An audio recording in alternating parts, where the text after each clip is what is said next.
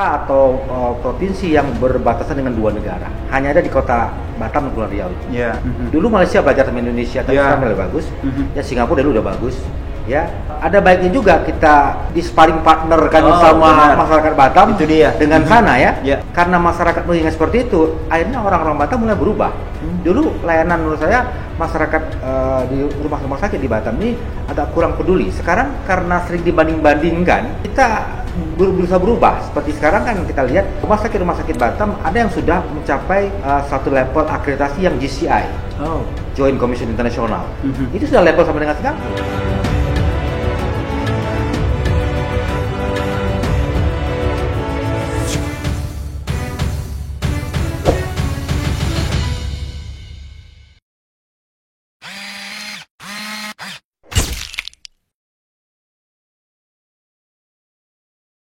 Hai, apa kabar? Assalamualaikum warahmatullahi wabarakatuh. Masih di Batam Insight, sumber inspirasi.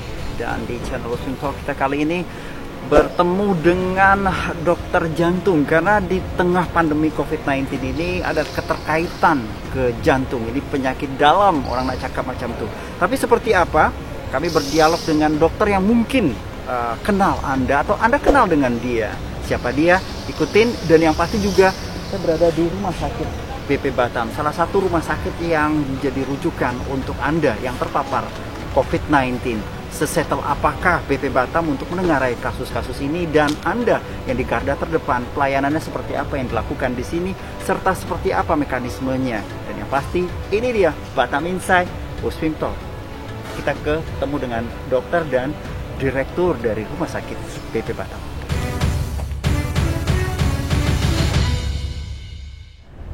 Ya, ini dia dokter yang kita coba kunjungi kali ini. Seperti apa karakter dari seorang dokter spesialis jantung Kota Batam, Dr. Afdalun A-Hakim, SPJPK FIHA FES-CC ini. Penyangganya banyak sekali.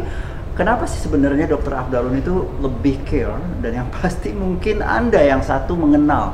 Dan kita kulik sejauh mana. Inilah di Batam Insight, Source of Inspiration di Uswim Talk kita kali ini. Tapi sebelum kita berdialog lebih lanjut, jangan lupa Anda subscribe di channel Batam Insight untuk stimulir pembuluh darah Anda akan nanti masuk ke darah Anda. Dan yang pasti itu dia tadi, kita langsung berdialog dengan Dr. Afdalun. Nah, Assalamualaikum Dok, apa kabar? Waalaikumsalam warahmatullahi wabarakatuh.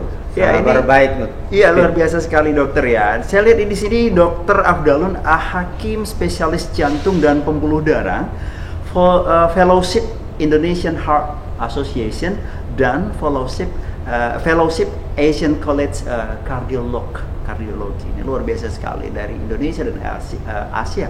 Dan yang kita coba tanya sedikit ini, Dok, hadir di Batam sejak kapan, Dok? Alhamdulillah saya sebenarnya hampir 20 tahun ya di Kota Batam. Diam-diam saya merasa masih muda katanya. Persisnya itu Oktober tahun 2000. Oktober 2000 udah hadir di sini. Saya menjejakkan kaki saya di Batam. Sebenarnya kan saya sebenarnya orang Kepulauan Riau.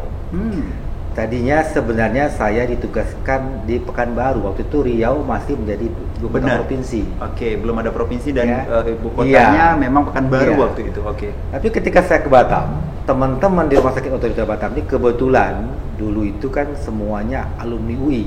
Karena saya dari UI. Jadi mereka minta, kenapa enggak lo di sini aja gitu. Karena dulu ada seorang dokter spesialis jantung senior saya. Jadi saya bukan pertama, ini senior saya. Tapi beliau cuma beberapa tahun pindah ke Malaysia, sehingga sejak itu tidak ada pelayanan jantung di Kota Batam. Kemudian karena saya melihat, dan saya juga orang Kepulauan Riau, jadi saya mendengar isunya bahwa nanti Riau ini akan terpisah jadi Kepulauan Riau dan Riau. Sudah ada sinyal ya? Iya, jadi saya mengambil keputusan, saya setuju, saya pindah ke rumah sakit di Batam ini. Itu namanya RSOB. RSOB itu di samping mungkin dari teman-teman background juga ada chemistry udah nyambung, dia di take off ke kemudian, Batam. Saya melamar dan diterima, dan saya urus proses pindah saya karena SK saya sudah di Pekanbaru. Saya sudah masukin surat saya ke rumah sakit umum Pekanbaru itu. Tapi karena ada proses ini dan ada teman saya yang mau menggantikan, akhirnya kami tukar. Dan sejak itu saya menjadi warga Batam. Oke, itu tahun 2000 ya. Tahun 2000 Oktober itu udah langsung ke Rumah Sakit Otorita Batam waktu itu. Itu pelayanan kardiologi, pelayanan jantung ini masih minimal, belum ada alat-alat pendukung saya.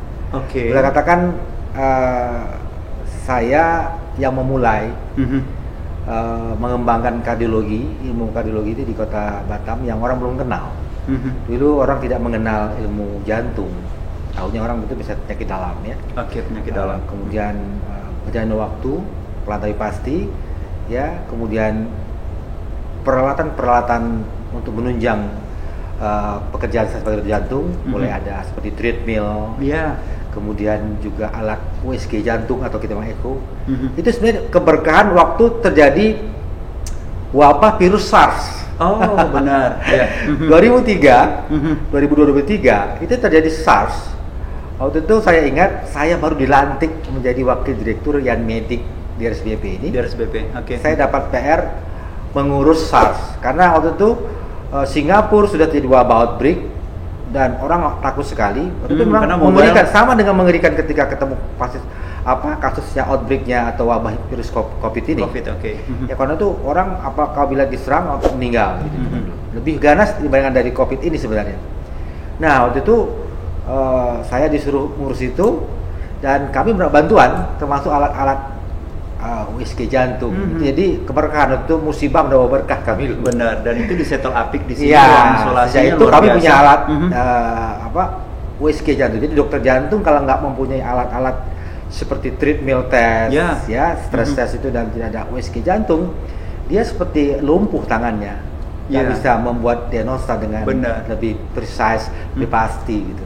Nah saya ingat itu kami mendapat alat itu. Nah sejak itu mulai ilmu jantung saya bisa tegakkan, saya bisa jadi lebih pasti. Kalau kita kirim-kirim terus gitu, nah kita bisa mendiagnosa, oh ini pasien jantung. Kalau kan kita cuma ngeraba-raba saja, tidak ada bisa membuat diagnosa yang pasti.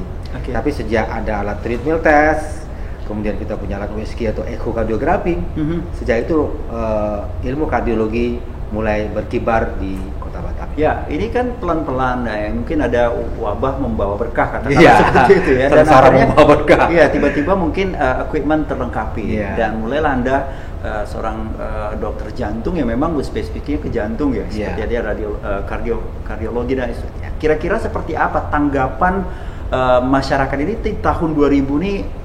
Orang masih berobat ya paling ya kalau nggak kejiran ya pasti seperti apa ya kira-kira apa yang dirasa waktu itu dok? Ya memang benar-benar saya harus menegakkan bendera dokter spesialis jantung itu memang lama sekali karena saya memang waktu itu aktif memberikan ceramah pada masyarakat. Itu memang saya suka bukan karena itu saya paksakan, tapi memang saya dari dulu memang senang mengajar. Kayaknya kalau disuruh ngajar, disuruh ceramah ke masyarakat tuh nggak pernah habis energi saya. Benar. Dalam kondisi apapun kalau masyarakat minta tuh saya nggak pernah rasakan capek gitu ya. Sehingga pelan-pelan masyarakat Batam mulai mengenal kardiologi. Saya juga suka menulis. Iya makanya kalau kita coba analisa nih di Batam Insight di Uswim Talk ya, don't forget subscribe nih. Tapi yang pasti kalau Anda mengenal Dr. Afdalun atau Anda sakit jantung, nah ini ada kaitannya, ada relationship-nya. Mungkin chemistry udah nyambung banget gitu loh. Anak-anak muda, dokter apa sih? Dokter jantung pasti Afdalun.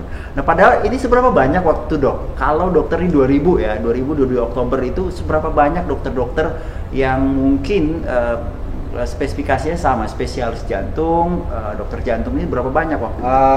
Sampai 2003, misalnya awal Bruce mulai berdiri, sudah mulai ada dokter jantung lain satu. Cukup lama kami berdua saja jantung di Kota Batam ini. Baru tahun 2008, 2009 ya baru mulai datang 2010-an lebih ke atas lah. Baru mulai ada yang muda-muda hadir di Kota Batam. Tadinya kita berdua. Pergerakan terus berlanjut nih di sosialisasi, bahkan ada di seminar-seminar datang. Terus sekarang kita juga ada di bidang marketing. Kalau Anda di Otorita Batam zaman dahulunya, ini kan Dr. Afdalun ini ya kayak frontliner deh. Bahkan menggandeng juga ada kerjasama sejumlah rumah sakit di jiran gitu ya dok ya, di Singapura dan Malaysia. Nah tapi yang pasti nih seberapa trustkah Anda dengan Batam khusus kepada dokter jantungnya? Kira-kira seperti apa, Dok? Saya ada pasien ini ada kita dokter jantung kita ada kira-kira seperti itu. Nah, saya nggak mau deh dirawat di sini. Ada masih dengar nggak ada opini-opini seperti itu sejauh ini yang dari awal? Tetap aja ada, tapi buat kita nggak merasa itu menjadi masalah. Kenapa? Buat saya dengan teman-teman, mari kita berbuat tujukan memang kita bisa berubah lebih baik. Ya. Kita nggak usah mempermasalahkan negara jiran itu, memang mereka udah maju sekali. Benar. Kalau kita bicara Singapura, mungkin nggak bisa kita tandingi mereka. Tapi kita berubah yang terbaik. Bagus juga sebenarnya. Batam ini mempunyai wilayah salah satunya menurut saya ya di Indonesia ini kota atau provinsi yang berbatasan dengan dua negara. Hanya ada di kota Batam dan Kepulauan Riau ini. Kita lihat Kalimantan cuma satu, Kucing, mungkin Pekanbaru dengan. Tapi Batam itu ada dua negara, Malaysia dan Singapura, yang layanan kesehatannya bagus mereka. Dulu Malaysia belajar sama Indonesia, tapi sekarang lebih bagus. Ya Singapura dulu udah bagus. Ya ada baiknya juga kita di sparring partner kan sama masyarakat Batam itu dia. Dengan sana ya. Walaupun Batam bukan sparring partnernya Singapura, ya Batam bukan sparring partnernya Malaysia. Itu Jakarta harapan kita, masyarakat yang top Jakarta. Tapi karena masyarakat mengingat seperti itu, akhirnya orang-orang Batam mulai berubah. Dulu layanan menurut saya masyarakat di rumah sakit di Batam ini agak kurang peduli. Sekarang karena sering dibanding-bandingkan, sering Singapura, akhirnya kita berusaha berubah. Seperti sekarang kan kita lihat rumah sakit Batam ada yang sudah mencapai satu level akreditasi yang GCI, Joint Commission International. Itu sudah level sama dengan Singapura. Singapura kan juga mereka dapat GCI ya di Thailand, di negara mana. Indonesia sudah ada, di Batam sudah ada rumah sakit yang mendapat akreditasi seperti itu, dan akreditasi Departemen Kesehatan menunjukkan bahwa diakui pemerintah. Artinya kalau dulu kita belum mendapat akreditasi seperti rumah sakit otorita Batam ini sudah diakui sebagai 5 star akreditasi. Berarti sudah diakui pemerintah bahwa rumah sakit ini safe dilakukan untuk memberikan pelayanan. Oke, dari awal Dok di Oktober 2000 itu ya, berapa banyak sih orang yang terjangkit katakanlah seperti itu, yang mungkin ada indikasi ke jantung gitu, dan mungkin ada pasien-pasien dokter, seberapa banyak sih dulu? Ya, jadi dulu karena orang belum mengenal dokter spesialis jantung, ya, orang mungkin ke dokter spesialis penyakit dalam ya. Jadi kita belum mengenal. Waktu itu penyakit jantung koroner itu masih jarang, bukan karena tidak ada, karena mungkin tidak terdeteksi. Ya, tapi dengan penyuluhan, penerangan, saya suka menulis di media, di surat kabar tentang penyakit jantung, orang mulai mulai aware terhadap penyakit jantung. Dan apalagi sekarang rumah sakit otorita Batam ya, di Batam ini sudah ada layanan intervensi kardiologis. Dan saya sejak tahun 2011-12 saya sudah mengambil subspesialis lagi. Saya sekarang subspesialis intervensi. Nah, makin banyak baru saya tahu di seluruh Kepri ini banyak sekali orang yang menderita penyakit jantung yang memerlukan tindakan.